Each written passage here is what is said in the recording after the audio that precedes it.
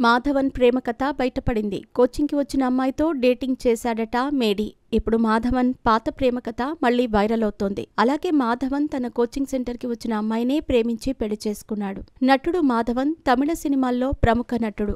మేడీ, chocolate అని కూడా పిలుస్తారు. అలై పాయుతే సినిమా ద్వారా తెలుగు ప్రేక్షకులకు పరిచయమయ్యాడు. ఎన్నవలే, మిన్నలే, పార్థాలే పరవశం, కన్నాతిల్, ముత్తమిట్టాల్ వంటి సినిమాల్లో నటించారు. ఇప్పుడు అదృష్టశాలి, టెస్ట్ సినిమాల్లో నటిస్తున్నారు.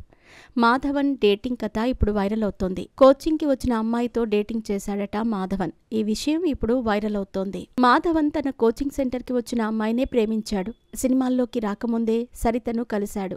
90లలో సరిత ఎయిర్ హోస్టెస్ కావాలని కోరుకుంది. సరిత మాధవన్ వద్ద శిక్షణ తీసుకుంది. తర్వాత ఎయిర్ హోస్టెస్ గా ఎంపికైంది. ఆ సంతోషానికి సరిత తన శిక్షకుడికి డిన్నర్ ఇవ్వాలనుకుంది. డిన్నర్ తర్వాత ఇద్దరూ తరచుగా కలుసుకోవటం మొదలుపెట్టారు. మెల్లగా ప్రేమలో పడ్డారు. చివరికి పెళ్లి చేసుకున్నారు. పెళ్లి తర్వాత మాధవన్ సినిమాల్లోకి వచ్చి మంచి పేరు తెచ్చుకున్నారు. 2000 సంవత్సరంలో మణిరత్నం సినిమాతో మాధవన్ రొమాంటిక్ హీరోగా మారాడు.